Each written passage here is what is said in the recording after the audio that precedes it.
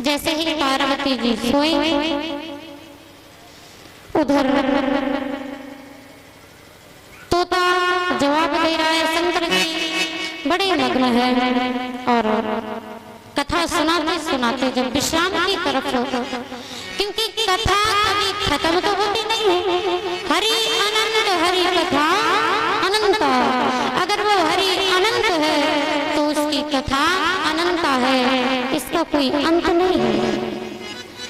तो शंकर जी ने सोचा कि विश्राम हमेशा कथा होती है, तो विश्राम की तरफ ऐसे ही कथा पहुंची। विश्राम शंकर जी ने कथा को दिया और विश्राम कहकर के आज भगवान भोलेनाथ ने बड़ी जोर से उस कैलाश पर्वत पर जयकारा लगाई।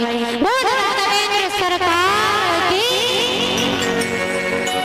और जैसे ही जयकारा लगाया, पार्वती जी तो सो रही थी, कथा तो सुनी नहीं। जैसे ही जयकारा की आवाज तेज हुई और आवाज से नींद टूटी और जैसे ही आंखें खुली, सो घबरा करके पार्वती जी ने कहा, हाँ महादेव जी फिर। अब शंकर जी ने सोचा कि कथा तो विश्राम कर दी, अब फिर का क्या मतलब है? मैंने तो अभी कहा है कि अब कथा विश्राम की ओर जा रही है, विश्राम करते हैं, लेकिन फिर का क्या मतलब है? शंकर जी समझ गए कि कोई ना कोई बात जरूर है। शंकर जी ने कहा कि देवी एक बात बताइए, फिर क्यों कहा, क्या बात है?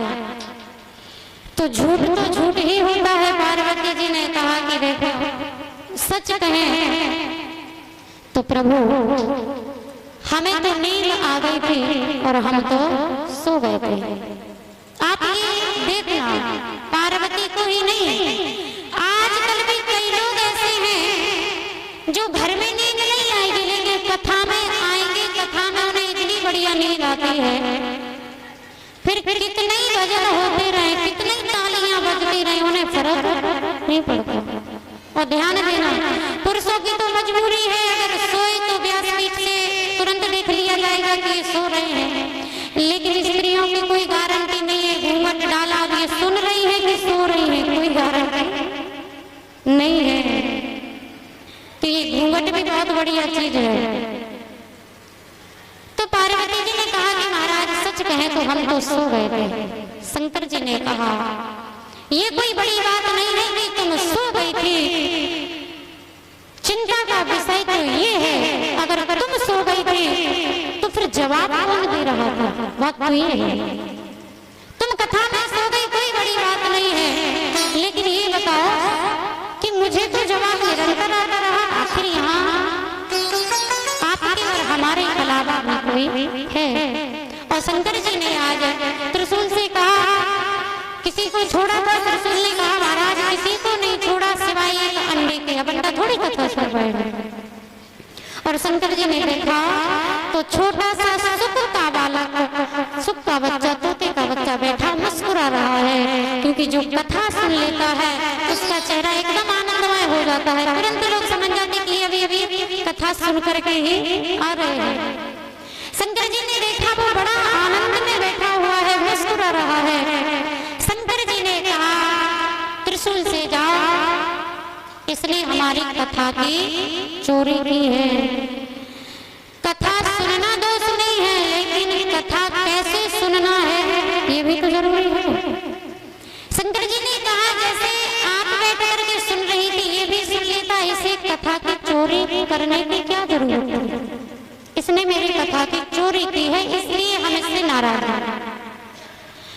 क्योंकि कथा पांडाल में बैठ करके ही सुनोगे तब और ज्यादा फल प्राप्त होता है। जैसे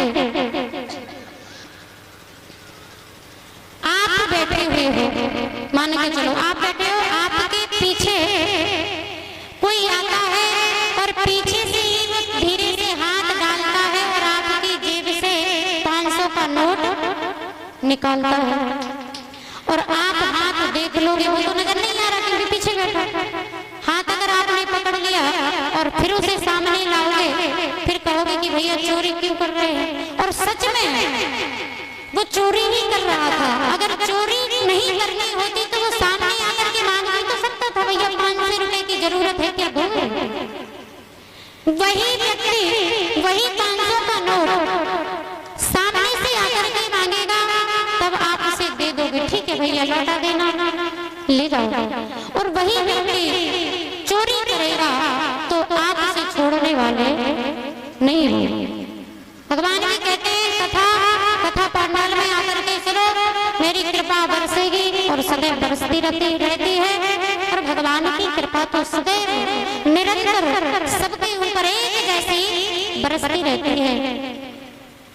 बस कृपा बराबर सब पे बरस रही है। निर्भर हमारे ऊपर होता है कि हमें कितनी कृपा होनी चाहिए, हमारे भीतर कितनी पात्रता है उस कृपा को लेने की। जैसे पानी बरसता है तो ऐसा थोड़ी होता है कि आपके छत पर ज्यादा और हमारे पे कम, वो बराबर बरसात होती है। आप जैसे बर्तन रखोगे, कोई गिलास रख देगा, कोई टंकी रख देगा, तो गिलास भर जाएगा, पानी बहने लगेगा।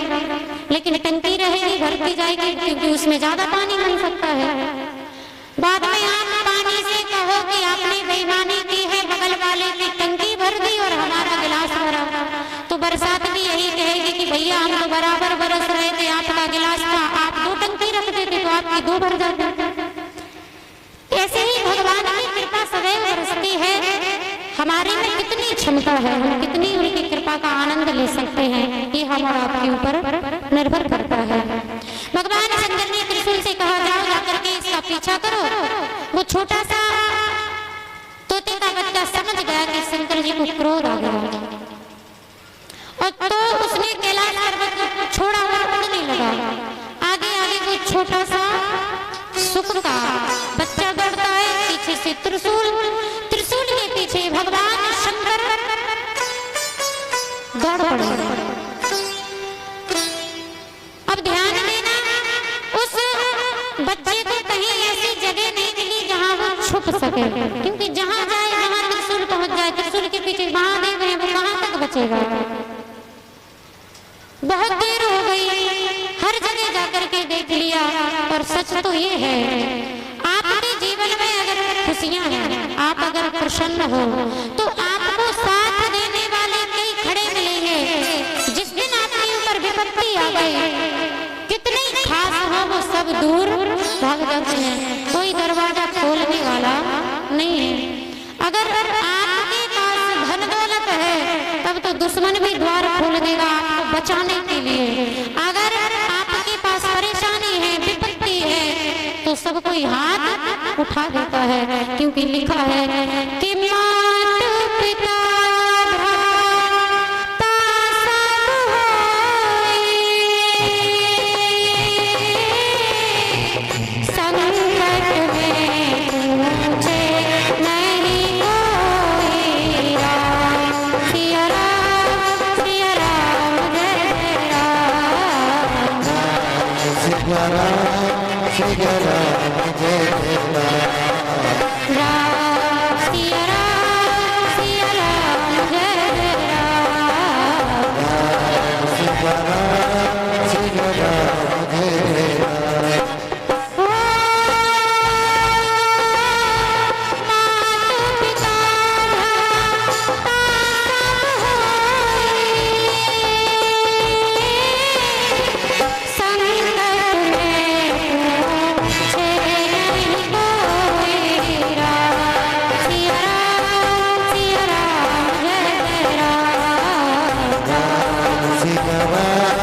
सिया राम जय राम। राम सिया राम।